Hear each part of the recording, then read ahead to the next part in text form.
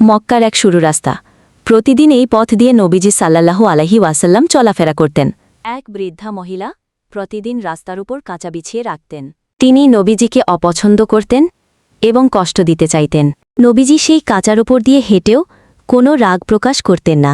তার পায়ে কাঁচা ফুটত, রক্ত ঝরত, তবুও তিনি ধৈর্য ধরতেন। একদিন নবীজি দেখলেন রাস্তায় কোনো কাঁচা নেই। তিনি বুঝলেন নিশ্চয়ই বৃদ্ধা অসুস্থ।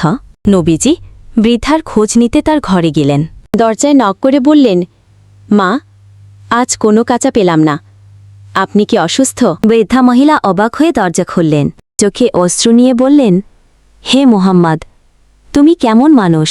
আমি তোমাকে কষ্ট দিয়েছি, অথচ তুমি আমার খোঁজ নিতে এলে। নবীজি মৃদু হাসি দিয়ে বললেন, প্রতিবেশীর হক আছে।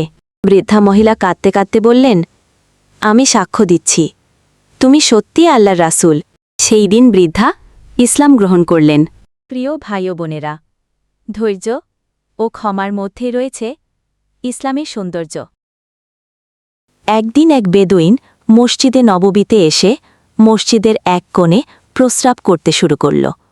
সাহাবীরা রেগে গিয়ে তাকে শাস্তি দিতে চাইলেন। তখন আমাদের প্রিয় নবীজি সাল্লাল্লাহু আলাইহি ওয়াসাল্লাম সবাইকে শান্ত হতে বললেন। তিনি ধীরে ধীরে বেদুইনকে বুঝিয়ে বললেন, এই জায়গা ইবাদতের জন্য, নাপাক করার জন্য নয়।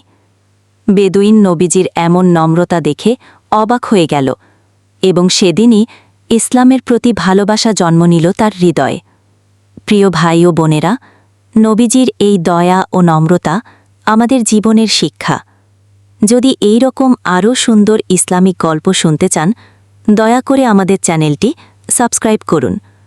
আপনার একটি সাবস্ক্রাইব আমাদের জন্য অনেক বড় অনুপ্রেরণা।